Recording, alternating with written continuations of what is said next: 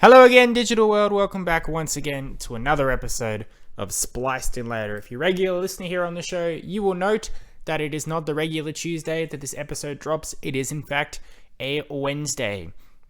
Before you ask, no, I just didn't feel like doing an episode on Tuesday. That's not the reason. The reason is that I had to wait for an advanced screening that I saw this week, and to make up for it, I'm actually seeing 2 movies this week, which means you get 2 episodes this week.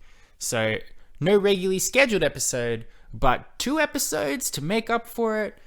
Crazy days here on Spliced In Later. We are living one hectic life. Twists and turns. No one really knows what's coming next. A lot like the game Dungeons and Dragons. And jumping right into it without any good segue, we're here to review the new film Dungeons and Dragons: Honor Among Thieves. Now, I just saw it here in Australia at a special screening. I believe there's been assorted screenings throughout this week, but the official release date for this is March 31st. I don't know worldwide, but basically over the next 2 weeks. So if you want to see this right now, you're out of luck. I apologize for that. So I guess you could listen to this review and then use it to decide if you want to see this movie, or you can turn me off, which many people do, wait and watch the movie, and then come back and listen to me. Or you could just not. That's fine too. But I was eager to see this one because every year when I make my list of all my movies I want to see, I always pick 1 or 2 movies which aren't a sequel or a reboot or a remake or a spin-off or a reinterpretation or anything like that. I try to find movies which I think I will like, based on trailers, based on concepts, based on directors. If I've got a favorite director like Quentin Tarantino, Christopher Nolan, Guy Ritchie, I'll go out of my way to see those without really any idea of what those movies are, just based on their work. Something like Dungeons and Dragons here, I'm aware of the concept of the role-playing game. I've done it a few times with my friends, but I'm not an avid Dungeons and Dragons follower, that person who will play Dungeons and Dragons for hours and hours and hours with anybody. I should, because I have an imagination. I quite enjoy using my imagination, and this is the sort of game that would stimulate it. But it never really took off for me. It was not a huge part of my youth. Only in recent years did I sort of play Dungeons and Dragons. There was a very brief moment where I had a small group of friends who endeavored and tried so hard to begin a frequent reoccurrence of playing Dungeons and Dragons together. It never really took off. We had about, to get the Dungeons and Dragons technical jargon on board here, we had about 2 campaigns. The first campaign was done by my friend Oliver, who did it very, very, very well. He pulled directly from the source material, the Dungeons and Dragons lore, the book. He followed the game's rules to the letter, including how you have to roll for initiative, the combat skills, the places you go, the creatures you meet, the types of castle layouts you find, very based on that stuff. And then I had a go, and it was madness. I actually think it was great. I think my Dungeons and Dragons campaign was the greatest ever, because I did not tie everything down to rules and stipulations. I just made things up on the fly. I was heavily inspired by Avengers Infinity War and the 3rd season of Legends of Tomorrow. I set up a 7-part Dungeons and Dragons story, meaning it would only go for 7 nights, where characters would have to find the 6 magic totems, each with an elemental power, coming across creatures that are influenced by that elemental power: air, water, earth, fire, life, death, and then take out a notorious bad guy. But basically, I would have that concept. I opened the book, I'd pick the creatures, and then I'd make things up on the fly. It was never about combat. It was never about strategic skill making. It was just about having a laugh. And I gotta say, I think everybody did. After that, it sort of died off.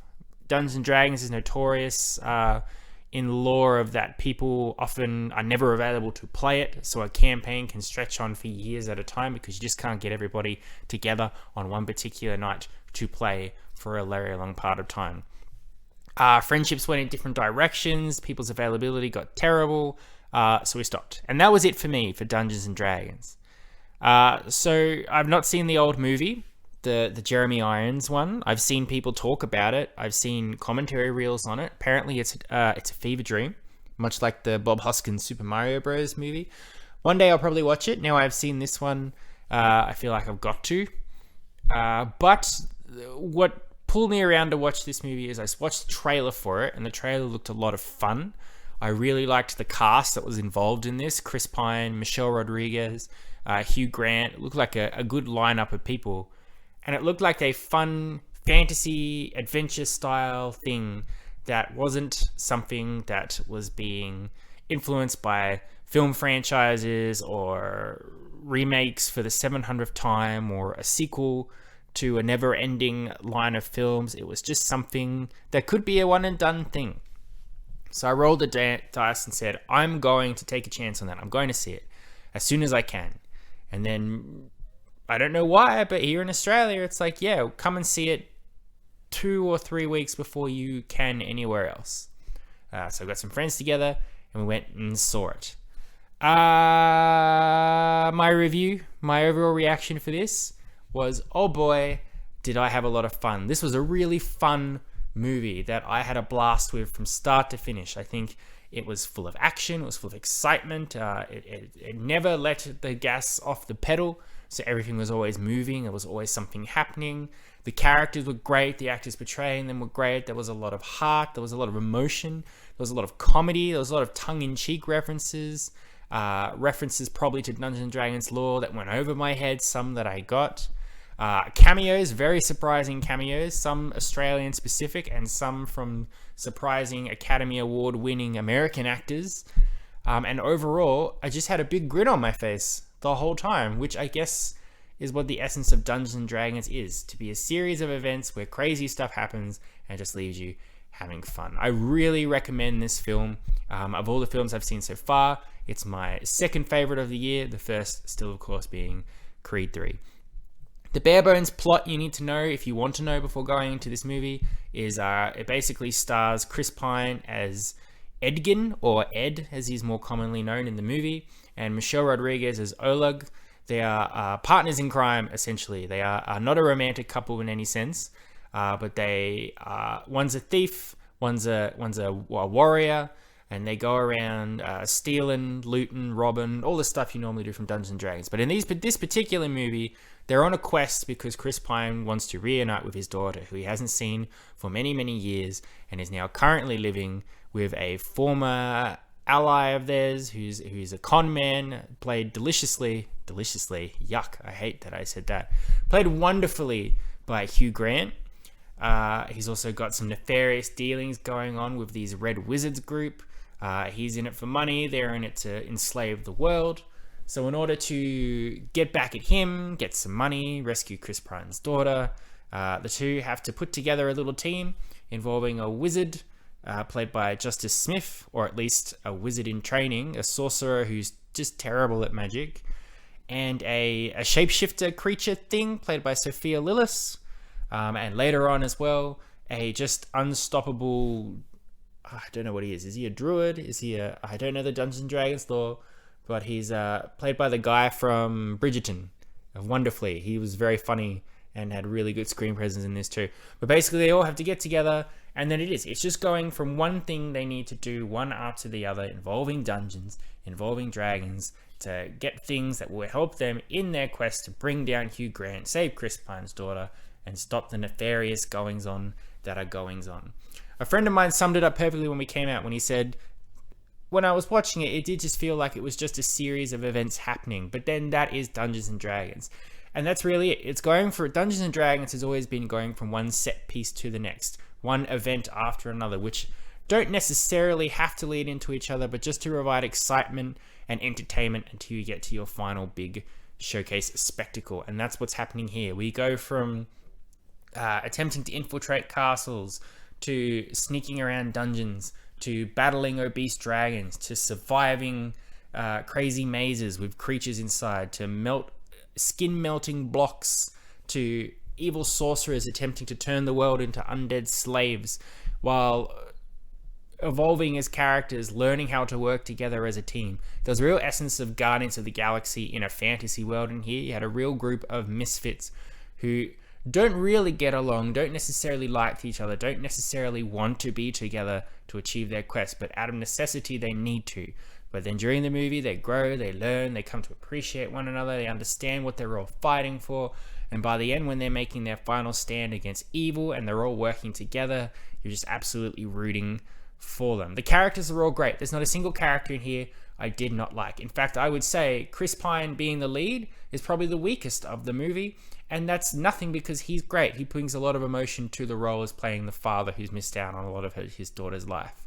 But Michelle Rodriguez as an exiled warrior woman, Justice Smith as the sorcerer who just cannot do magic, the shape-shifting Sophia, Bridgerton guy who just speaks in perfect rhythm, doesn't understand irony, is the true righteous man who is unstoppable and cannot be beaten. Hugh Grant being the most Hugh Granty he always is. I asked my friend after I saw this movie, I said, can you remember a time when Hugh Grant wasn't an old man? Yes, we all remember him in Love Actually, but these days his roles, he's going down to be more memorable as the doddery old man in these movies who has a real quirky sense of humor and a strange personality which sticks with you. His comedic timing in here is great, whether it's asking his evil red priestess sidekick to use her cold finger to cool his tea because it's just much too hot, or saying that he can be a bit naughty, though he doesn't mean to be complaining that he's too high. He's got some real good screen comedy presence, which I thought was great. The CGI as well was really great. The CGI in here, MCU, Marvel, Disney, take a note on this because the dragons, the creatures, the set pieces look and feel really good and really authentic. And to the movie's credit as well, yes, a lot of it is on the green screens. You have to do it in certain situations.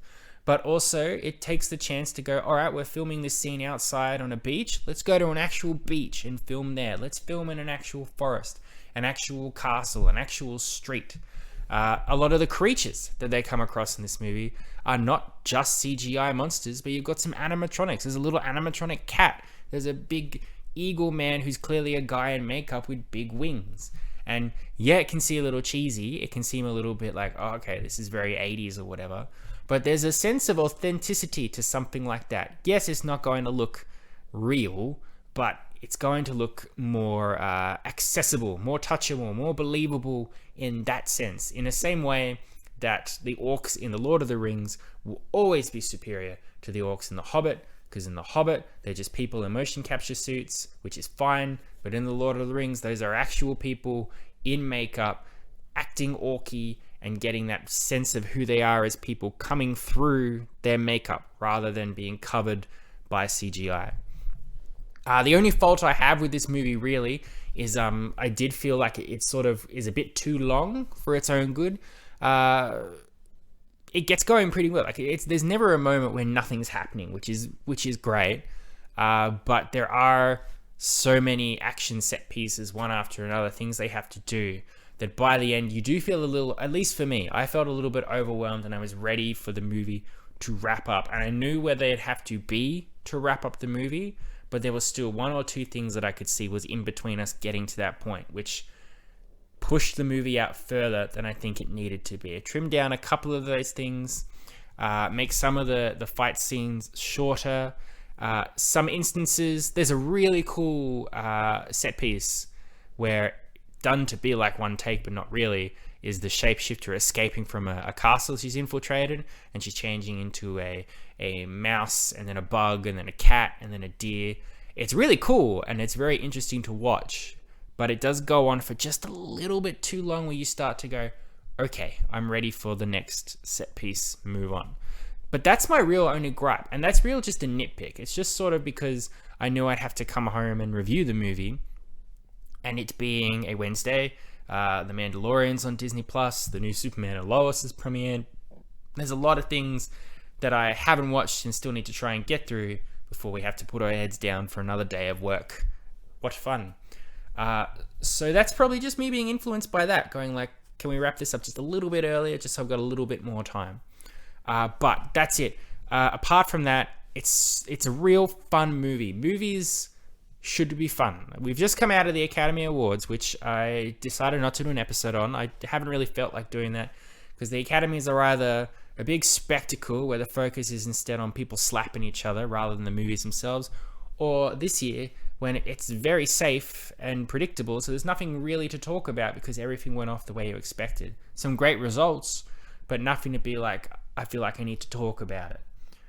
But the consensus of all those Best Picture movies is seriousness. Very serious topics. Even things like Avatar: The Way of Water or Top Gun: Maverick. The plot points going on. It's very serious. It's very intense. Very gripping, powerful stuff, which is good.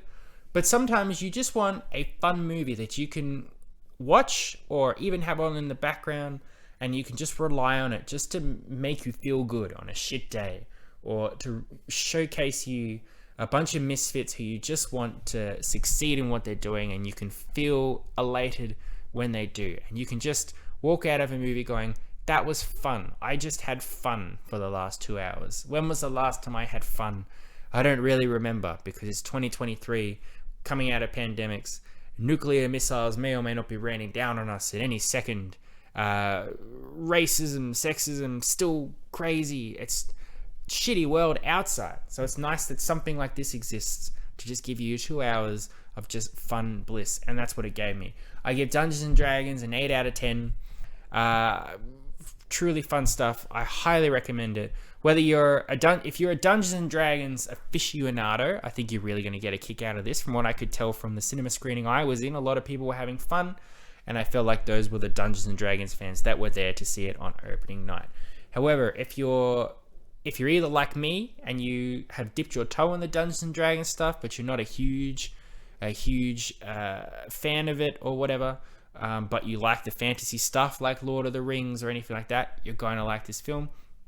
And if you've never ever looked at Dungeons and Dragons and you have no desire to in the future, that's totally fine, because you do not need to just enjoy this film. It's just a fun adventure film. If you liked Guardians of the Galaxy, you will like this movie for sure. I say I recommend it, but hold your horses, because I don't know if you can see it just yet. But when you do, when you can, which I'm sure is imminent, check it out, because it's pretty great. I had a real fun time, and I look forward to watching it again. There, thank you very much for listening. I hope you've enjoyed. Pretty short and sweet review for that one, but not that much to say really, other than this. It's a fun time, and I had fun. I will be back tomorrow for another review for Shazam 2 or Shazam Fury of the Gods. I'm interested to see that one because I was very surprised by how much I enjoyed the first Shazam. This next one looks like it's the same sort of stuff, so it should be good, but who knows? DC have a real hit or miss thing at the moment.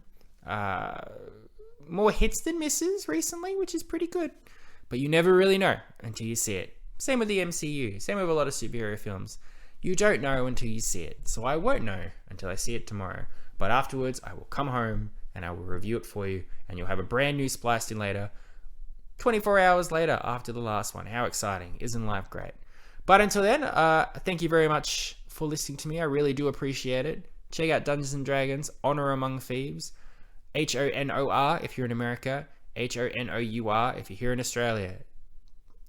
Because I guess we just have to be difficult. But yeah, great stuff. Highly recommend it. Check it out. Until tomorrow, love and appreciate you as always. You've been Spliced In Later. Adios, muchachos.